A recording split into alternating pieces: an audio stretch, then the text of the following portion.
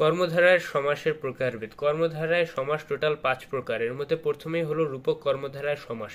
এক্ষেত্রে এটি চেনার উপায় হলো প্রথমে একটি অদৃশ্য এক্সাম্পল থাকবে, তার পরবর্তী পরপদ থাকবে দৃশ্যমান। যেমন এক্সাম্পল মনবাজি, মনরূপ মাঝি, তারপর বিষাদ সিন্ধু, বিষাদ রূপ সিন্ধু ইত্যাদি।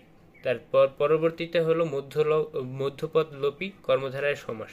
এই সমাসের ক্ষেত্রে টোটালি কমন সেন্স থেকে চিনতে হবে এবং কমন সেন্স অনুযায়ী এটার ব্যাসবাক্য তৈরি করতে হবে। যেমন শিক্ষামন্ত্রী, শিক্ষার বিষয়ক মন্ত্রী, ঝালমুড়ি, ঝাল মিশ্রিত মুড়ি।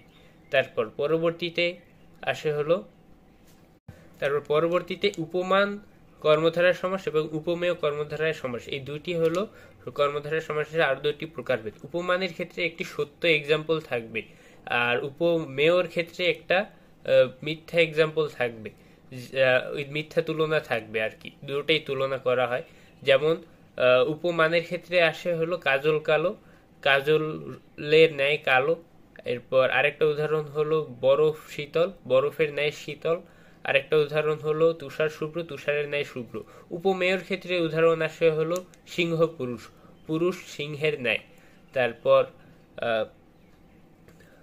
তারপর পদ্ম আখি, আখি পদ্মের ন্যায়। এই তারপর 5 নম্বর প্রকারভেদ হলো সাধারণ কর্মধারায় সমাস। সাধারণ কর্মধারায় সমাসের ক্ষেত্রে এটার উদাহরণ হলো এটা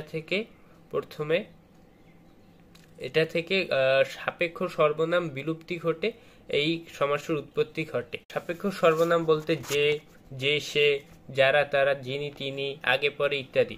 এটার উদাহরণ হিসাবে আসে ঘষা মাজা, আগে ঘষা পরে মাজা। তারপর সহজ সরল, যে সহজ সে সরল।